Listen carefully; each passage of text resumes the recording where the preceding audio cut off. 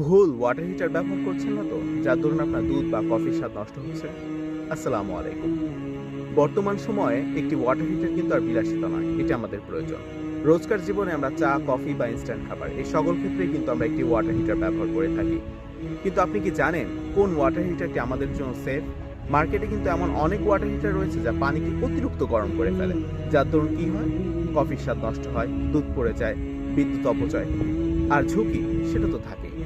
তাই আমরা এর একটি সমাধান নিয়ে এসেছি, সেটি হলো এই 3 লিটারের প্রিমিয়াম ওয়াটার হিটার। এরই সাথে সাথে এতে দেওয়া হয়েছে অটোমেটিক অফ সুইচ, যার দরুন পানি যখন একটি নির্দিষ্ট তাপমাত্রায় পৌঁছে যাবে এটি অটোমেটিক অফ হয়ে যাবে।